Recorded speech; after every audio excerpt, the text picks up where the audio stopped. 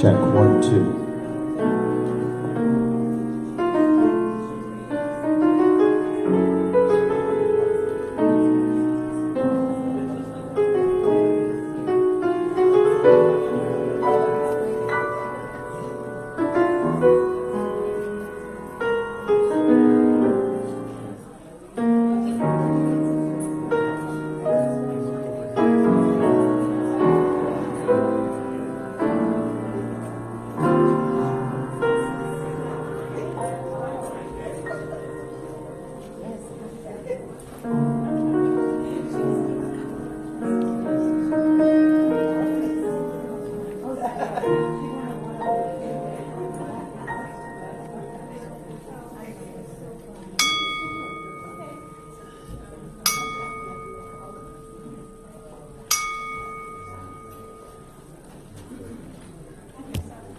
Good morning. Good morning. Good morning. Please join me in lighting the chalice. The words are in your order of service. We light this beacon of hope, sign of our quest for truth and meaning, in celebration of the life we share together.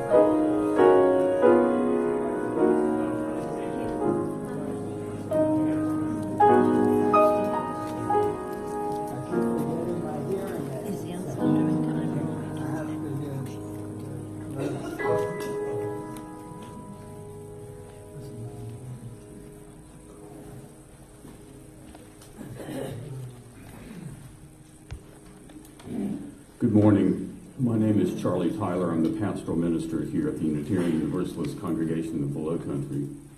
It is a sad time for our congregation. Those of you who are guests and visitors here, you cannot know that, but you should know that we are suffering from a loss here in our community. If I can use the words of Ann Harrison as she writes and speaks to us about the death of her mother, she says, "It is with deep sadness but with full hearts that we share that this morning we said goodbye to my mother, Donna Titus, in her 88th year. She was loved by so many, a mother, a wife, aunt, sister, cousin, grandmother, great-grandmother, and dear friend. Thank you so much for the outpouring of support. A celebration of life will be held at a later date. That later date is May 18th here in this sanctuary. And we will gather together with memories, stories, songs, tears, and laughter in the days to come.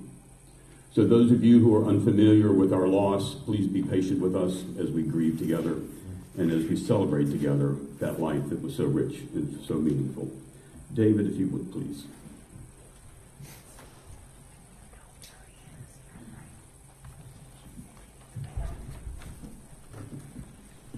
I'm a little bit taller than Charlie.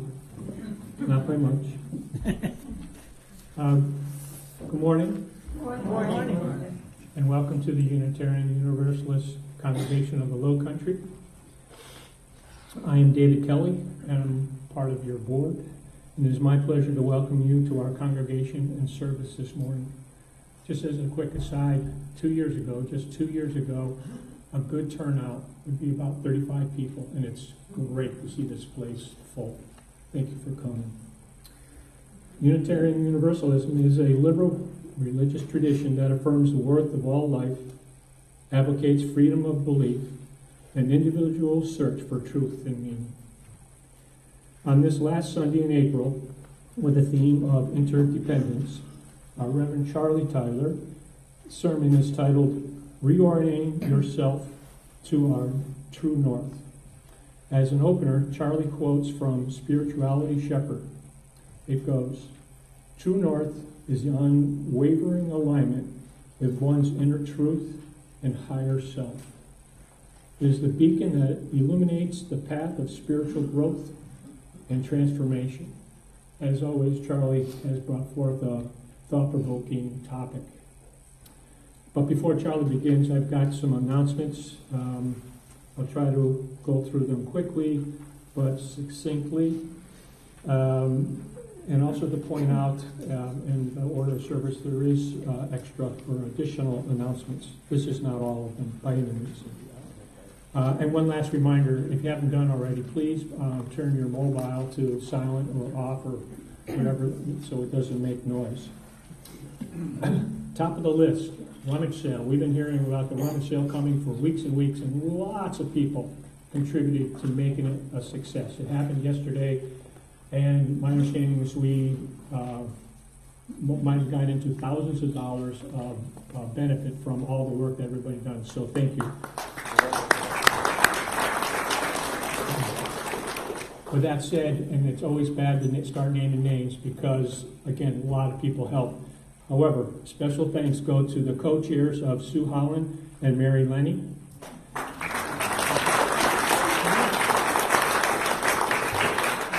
And the rummage sale committee members, Leslie, Toy, Sandra, Kay, and Wynette.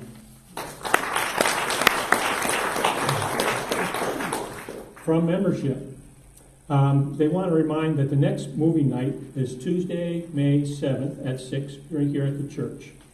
The film they will be discussing is called Namesake, and they request that you please watch the film in advance, and then on the 7th, bring your own beverage and a dish to share. Anybody who's attending needs to sign up, even if you signed up at the last very successful next movie night. So they can have a head count and prepare the room for the event. You can see Beth or Diagua or add your name to the sign-up sheet in the lobby. Path of Belonging, the second of 3 sessions continues today after talkback. The third session is next Sunday, May 5th. From Buildings and Grounds, also known as the Bee Gees. Thank you, Paul Weiser. There will be a beautification day or a cleanup gardening day on Saturday, May 25th, starting at 9 o'clock. Please put this on your calendar. More details are coming in the weeks ahead, but if you have questions or comments, please see Gary Green. Point him out. Okay, a message from the Board and Finance Committee. As of last Sunday, we had about $109,000 of promised pledges, or about 2/3 of our goal of $161,000. But we're still about 1/3 shy, or about $51,000 shy of our goal. So our challenge is to try to get to that goal this coming week. We've pretty much run out of time, so if you intend to pledge, and it's obviously your choice, you need to do it this week, because we have to put together the budget for fiscal year 2024-25, because we have our annual congregational meeting coming up in about 3-4 weeks. Thank you for your generosity and cooperation on that matter. From Social Justice, welcome back Low Country Indivisible to UUCL. On Saturday, May 11th, the progressive group Counter South Carolina will be here to discuss increasing access to health care to improve the productivity of the workforce. Coffee and refreshments will be provided.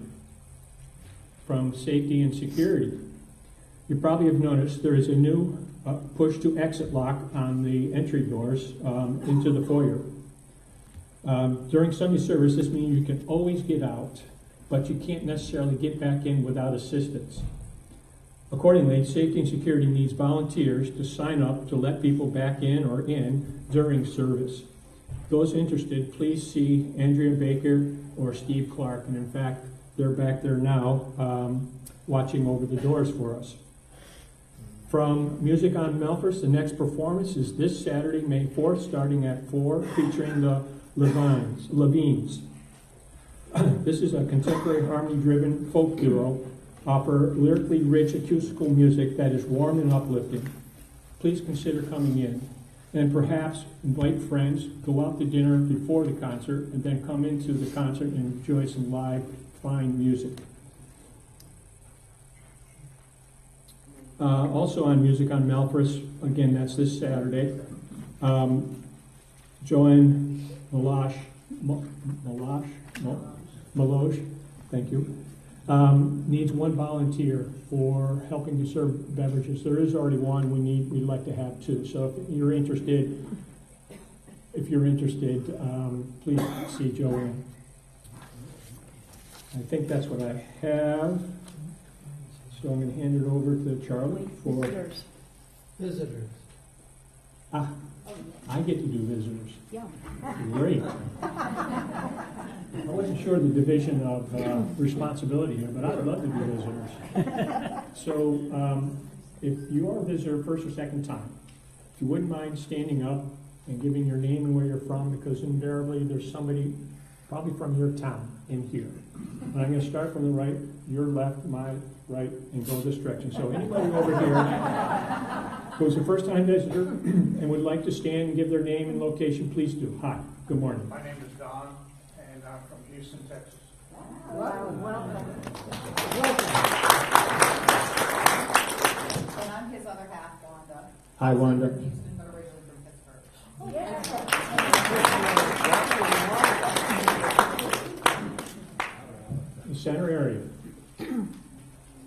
morning. Good morning. My name is Melanie Kerr, and I'm Mary Ann's daughter, and I'm here from Connecticut.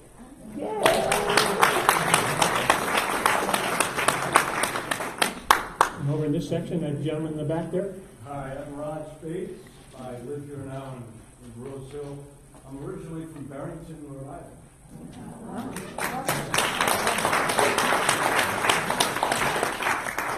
I'm Terry Holland. I live here in Bluffton. I'm married to Lane Palmisano, originally from Alexandria, Virginia.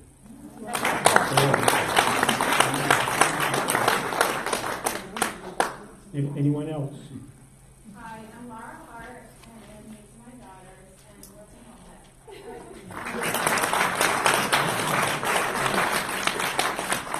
Very cool. Wow, okay.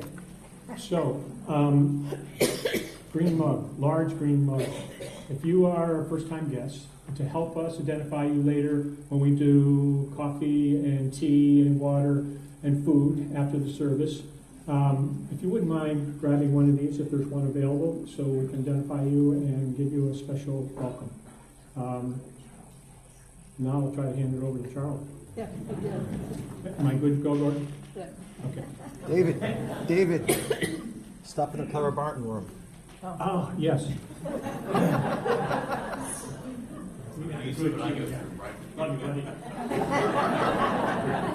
I'm actually going to do the service today.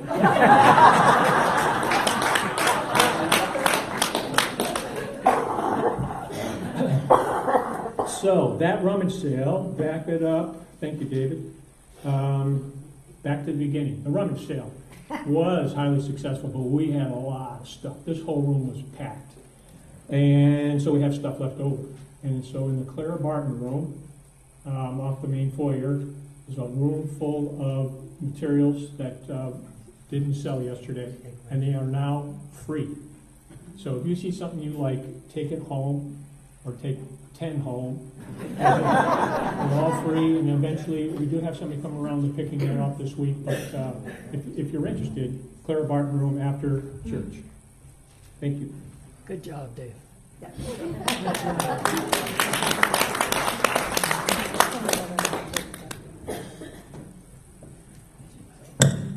So, our faith is a hard faith. It sounds easy. Be kind, be nice to one another. Until we have to find a way to be kind, to be nice to those who are hard to be nice and kind to. But there's not a comma, and there's not a period, and there's not a but in our values. And so this morning, what I want to do is draw our attention to that fact. And to find the way that you and I might be able to be consistent with our faith. And to be able to acknowledge it when we fail. To find our way back. And then to begin the process of implementing that faith into our lives in a way that's dynamic and real and honest and human. So that's my opening words today. Thank you for your attention, and I pray that we might be able to find our way back to our true north. Thank you.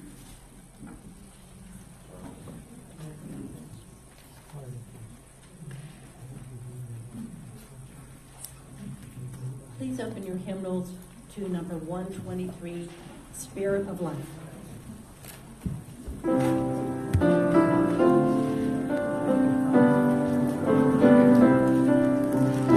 Please stand together.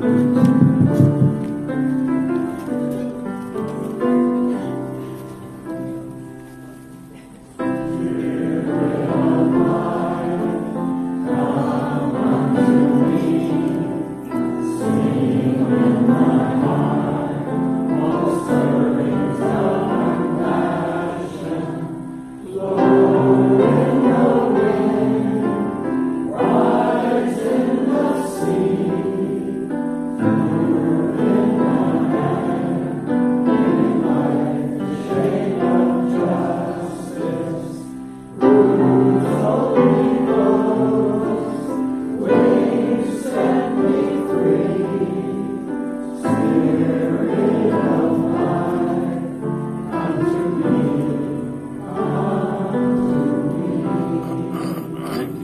seated.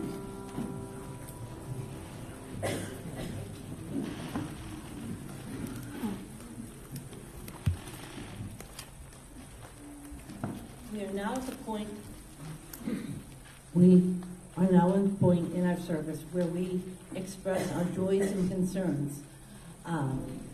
The purpose of this is that if we have a joy, we can share it. There's no time for all ages today. Tell them there's no time for all Oh, ages. there is no time for all ages. No. Okay, just so you know. And what about the third offering? Just go ahead. Just go ahead. Okay, the reason we have the joys and concerns is so that if we have a joy, we can share it with everybody and they can feel better for you. If you have a concern, if you share it with others, we can help you to bear your burden. We ask that you come up, take a stone from the basket, share your joy or concern, and then put the stone in the carrot. Please keep your messages brief and no political announcements. Please, thank you.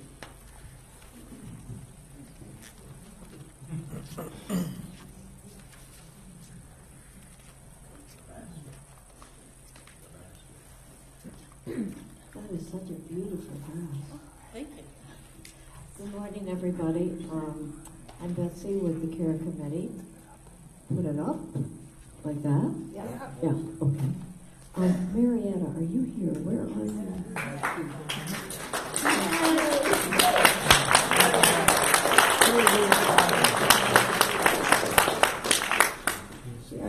We are so glad to see you and have you here. I have a personal concern. My brother. I told you about him last week. Well, he had his surgery. He came home, and then he developed an infection, and he's now back in the hospital. He had a second surgery. Thank you. And they took a culture when they went back in, and they're trying to find the right antibiotic to treat him. But he's in a lot of pain, and I'm scared. Hospital infections scare me. So please keep him in your hearts. Thank you.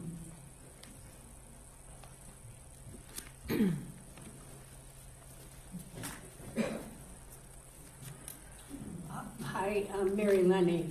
It's good. I just want to say very quickly, Charlie's going to kill me, but we had a committee, but everybody that helped over this past week, just quickly stand. I'm serious. Stand.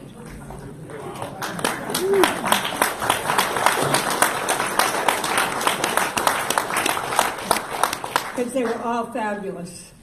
And we'll plan another one next year, I'm no doubt, because we made $2,932.96, but we had people donate, which allowed us to reach $3,000. Wow. That's what we did. Wow. If you didn't sign up this year, you better come next year. You can resell the stuff. Huh? We can resell the stuff we already have. I'm Barbara Kopka. I was going to start out by saying I'm so glad to see Marietta, so you warm my heart. Many of you know that I have had a cough for the last 6 months or so, and I've been going to doctors and having tests and everything. On Friday, I went to Charleston to see a surgeon up there because they've diagnosed me with a hiatal hernia and GERD and all that. And it's been a long process, but the surgeon was awesome to talk to. He does it robotically, and I was just very impressed. So I feel very good that, hopefully they'll be able to schedule surgery to fix this hernia in the next few weeks. So that's a relief. So that's the good news. You've got to look at the positive.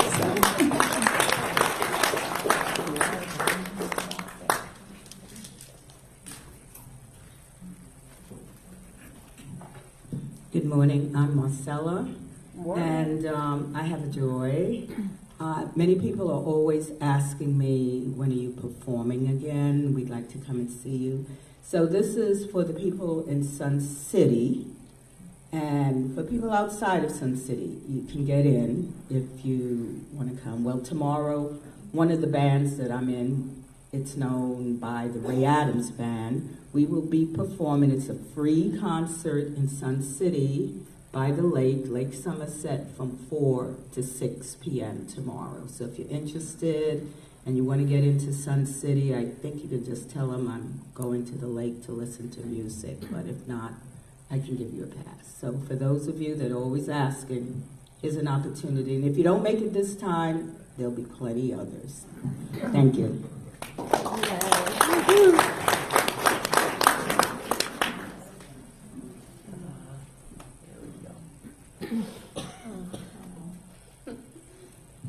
Hello. If you don't know me, my name's Ann Harrison, and as Charlie just let everyone know, my mother, who was a long time, maybe over the last 10 or 12 years, member here, passed away on Wednesday morning. So I know most of you already know that, but I just wanted to, because so many of you here in this room knew her and knew her well, I just wanted to say that, so that you all know, her death was so nice. She Wednesday morning, she went to the kitchen making her own breakfast. I heard her, making the coffee and pouring her cereal and everything. As I was getting ready to figure out what I was going to wear so I could go meet a friend and take a walk on the beach. And then I heard a noise and I went to the kitchen and she, from the breakfast table, had just slumped over. And we had these few minutes together. We just had like about 5 minutes maybe together where I was able to, I just held her and I just told her everything's going to be okay. This is all, I'm a nurse, for those of you that don't know. So I knew, and I knew that this was it, and just held her and told her everything was going to be fine, and she took her last breath in my arms, believe it or not. I don't think it can get much better than that. Also that she was able to live with me for the last couple years, so I know it's a gift. And what I really want to say this morning is that since this happened, we have been just surrounded by the love of everyone in this room. It is overwhelmingly unbelievable to me, like that people could care so much. And so many of you have reached out to me by text and emails and phone calls and flowers and the offering of, the Kellys offered their home for people to come and stay in when we do her memorial service, and there's just been so many, there's been such an outpouring of love that our hearts are exploding. And when it all happened, my sister Ellen, who's not here today, which some of you know, she was on her way out of town. She was flying up north to be with her daughter, but we caught her just as she was boarding the plane, so she was able to come back. And she and David and I and my brother and his wife and my daughter came down from Charleston. And anyway, the family that's here was all here. And then the day that she died, some of you know that my mother donated her body to science, for research, with a company called MedCure, and all the arrangements had already been made and everything. And basically, it's supposed to go so smoothly. They come, a local funeral home comes, picks her up, and takes her, and then the research company will come and get her from there, and that's how it goes. And all those arrangements had been made, but then the company confused South Carolina with North Carolina, and I don't know what happened, and the people went to pick her up in Beaufort County, North Carolina, which resulted in my mother, even though she had passed away, was with us for the day. She didn't come, she died around 8 o'clock in the morning, and they didn't come pick her up until around 4. So we had this 8 hours of weird, lovely family time. And when my brother got to the house, he said, he's like, we're all so prepared for this, he said, to my siblings and I. He said, but actually we're not. And I thought that really summed it up, because we've always been talking about when it happens, you know, what's going to happen when it happens. And we have one sibling who lives in Oregon, but we had her and her partner on FaceTime with us too the whole day. So I just felt like we were all together with her for this day, and it was really, really beautiful. So life goes on, and I know we've had a lot of loss in this congregation lately. I didn't even want to call Charlie to tell him. But I just wanted all you to know that we are really, really grateful for your outreach and your love, and my family loves you right back.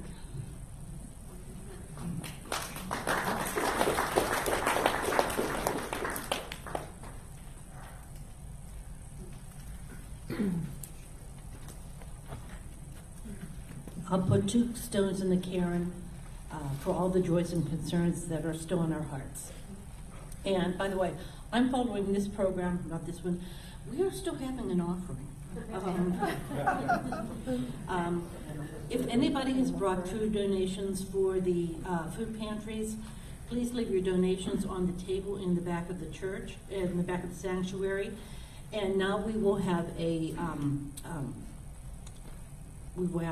offering to sustain the church and all of the good works that we have.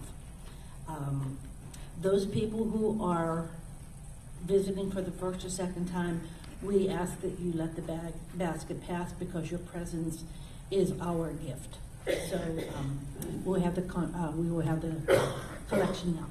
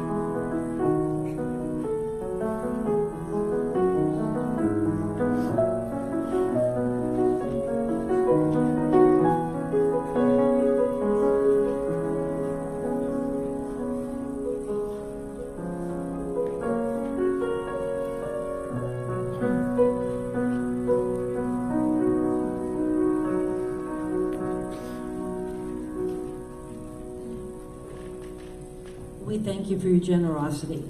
And I did make a rookie mistake. If you would please take out your order of service, we will say the affirmation before Charlie presents his sermon. The words are in the order of your service. True north is the unwavering enlightenment with one another and higher self. It is the beacon that illuminates the path of spiritual growth and transformation. And now, Charlie.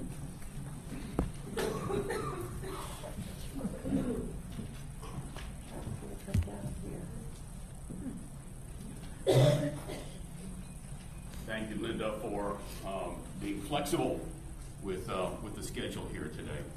I wanted to step down from the pulpit.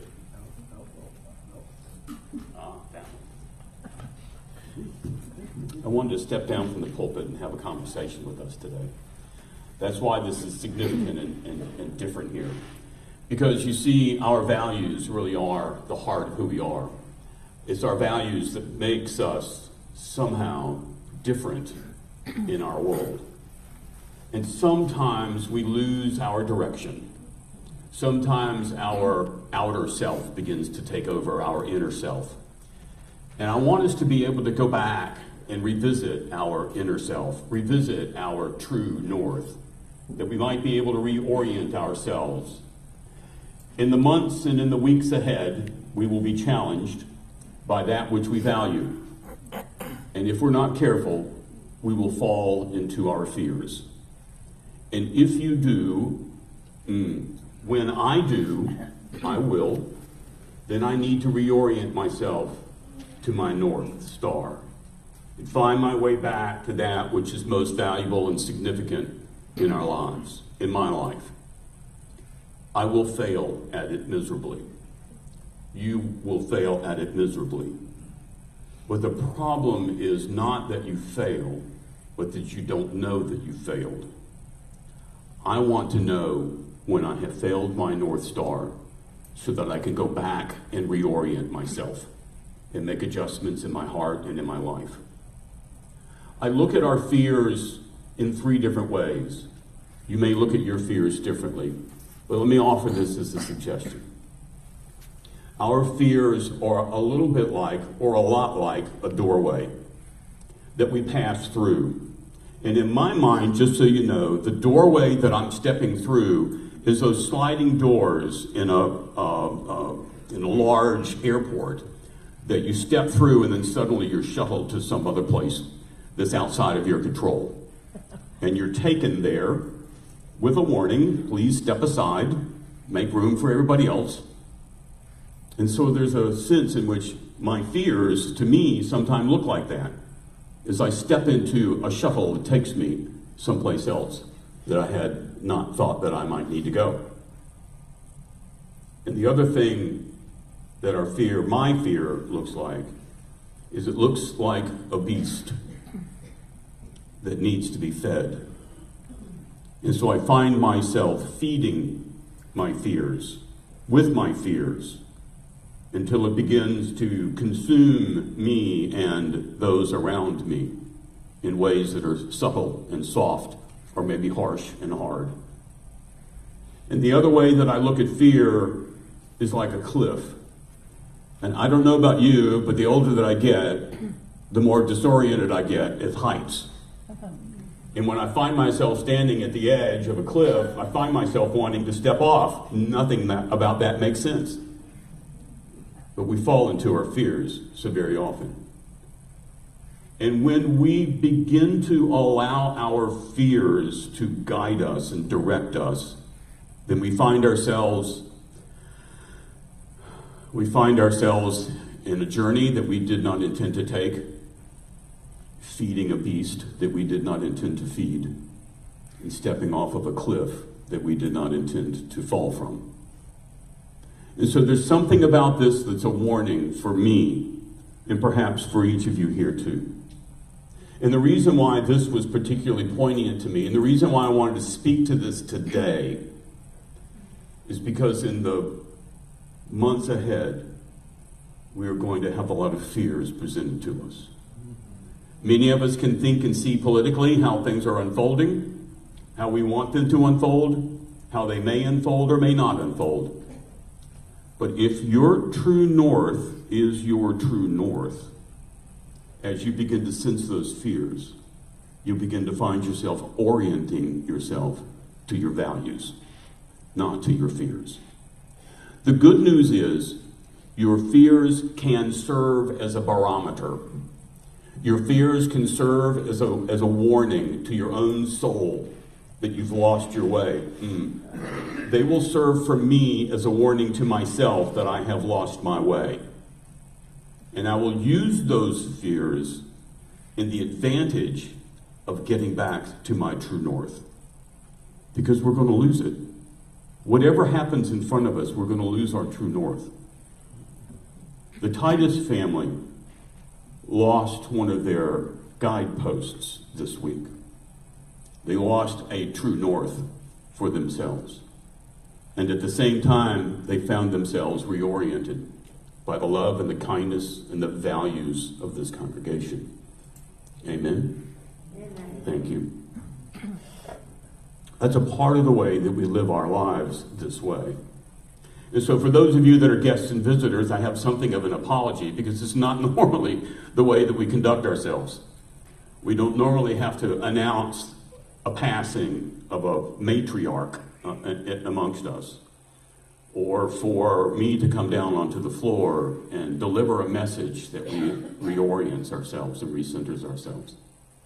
But that's where we are right now, and that's what's happening right now.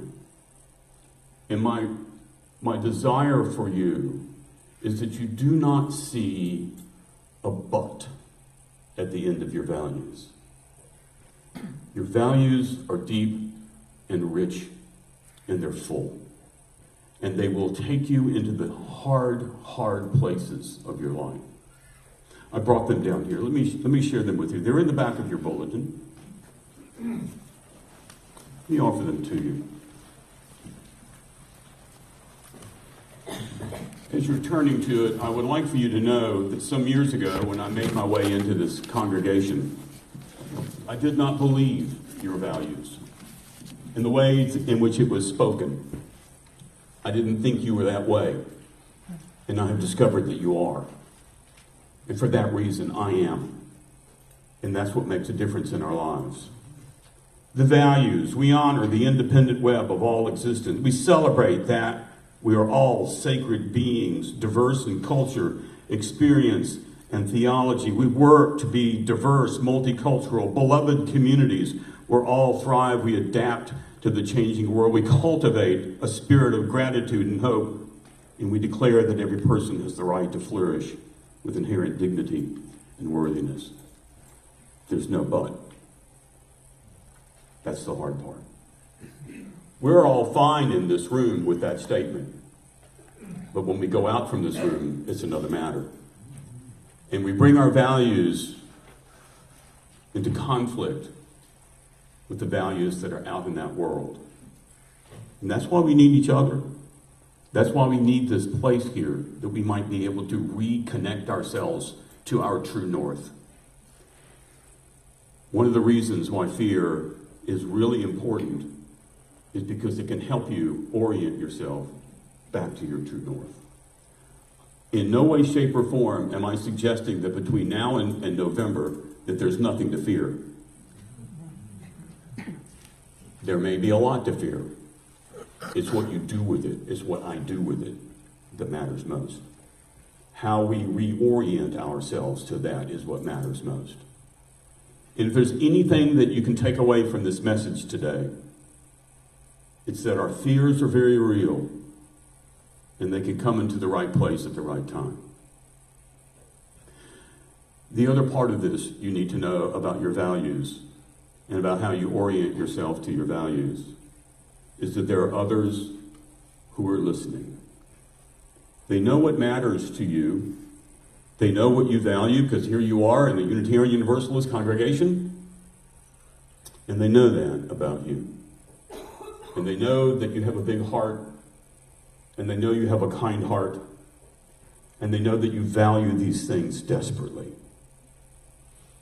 until you don't. We are easy to other the other. One of the things that we find ourselves most fearful of is being othered by the other. Fill in the blank, snowflakes. Fill in the blank, otherings. And then you find yourself falling into your fears. And then you begin the process of letting it be okay to other the others. And that's why this is so very important here today. And that's why this is so significant and so valuable here today. Is because we can find a way to not fall into our fears. Acknowledge our fears, yes. Fall into them, not so much. And so I need you to know that out there, others are listening. They know where you come from, and they know what you value, and they're listening. Make sure that your values are consistent with the way that you connect yourself to your lips, and to your heart, and to your hope. Those three things have to be together.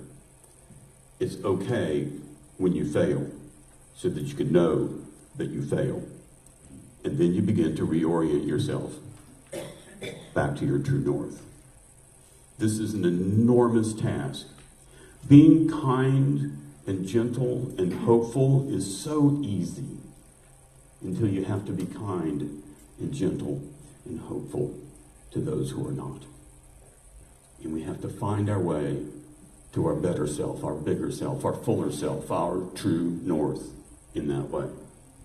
And if we value those things that we value, we'll find ourselves being oriented to it. This is not easy. Every one of us will find our own way to it. We'll find ourselves getting to the end of a sentence and then realizing, oh my God, I just othered the other. And that's all right when you see it. It's not all right when you don't. But it makes a difference out there. Even makes a difference in here. So take that to heart. These things that we say are important to us. These things that we say are our true north. These things that we say we value above all else. Find the way to value them above all else. And the hard work of finding the right words in the middle of something that is agonizing to you will demonstrate to you how hard your faith really is. How incredibly difficult it is to be this person. And I hope that you find it. I'm working on it myself. I fully expect to fail in this between now and the front seat of my car. But I will also know when I have failed. And that lets me readjust myself and rethink myself and rethink the way that I want to think about myself in this world that's around me. I can't tell you how to do it. I can't give you the recipe for how to be kind and gentle in the midst of madness, if madness is what we find ourselves in the midst of. But I do know that we can still value and we can still find our true north back to where we need to be. And so from here, I would ask that we might be able to find our way back to our true north and understand that we've probably made some damages out there. And it's okay to fix them. It's okay to find yourself being driven by them and being drawn to them. It's okay to find that way. But we have a lot that's in front of us right now. We have a tremendous amount that's in front of us right now. And I want us to make an impact on our community that's different. If we're just like everybody else except we're liberal, then we're just liberal like everybody else is conservative. But if we're not like that, then we make a difference in our world. And we make an impact in people's lives. And that's my heart for myself. And I hope that that's your heart for yourself as well, too. Because in that desire to orient ourselves to our values, to our true north, and keep ourselves pointed in that direction, we will find the way to make a difference in our world and in our lives. And that's what I want for me. I'm suspicious that you want that for yourself too. If you're there, we have a journey to make together. Amen? And amen. Thank you.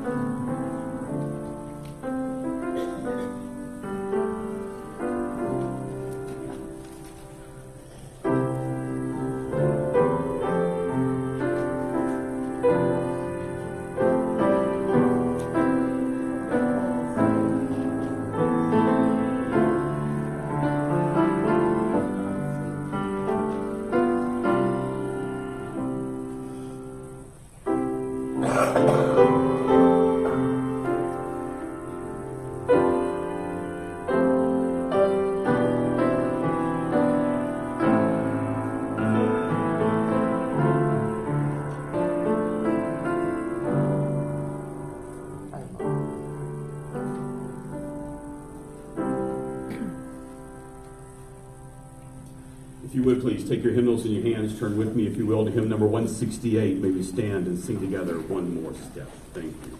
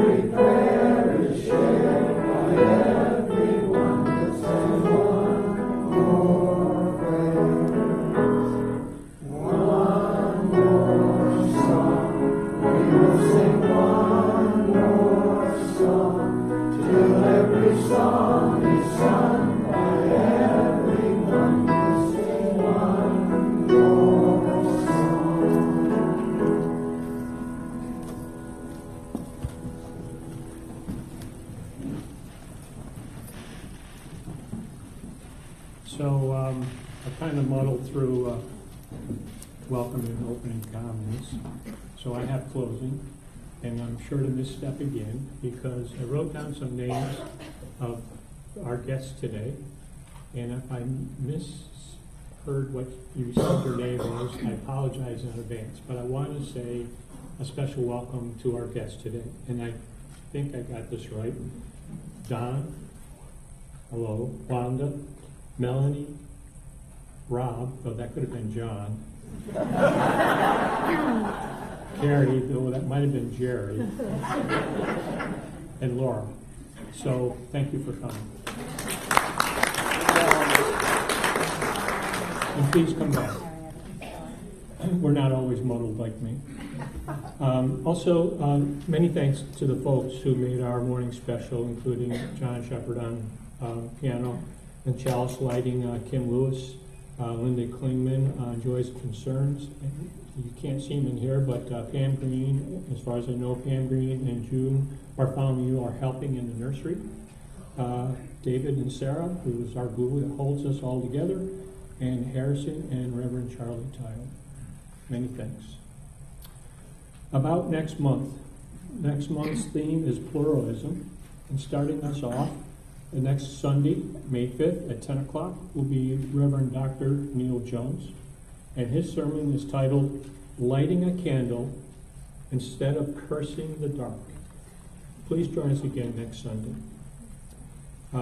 Also, as we customary do, we have a discussion group after service with a little break of 15 minutes in the foyer. Remember, guests, please try to grab a green mug. So we're going to meet in the back, have some coffee and curlers, and we'll be back there for about 15 minutes, and then everybody's welcome back here in the sanctuary to have a follow-up discussion on today's topic. Thank you.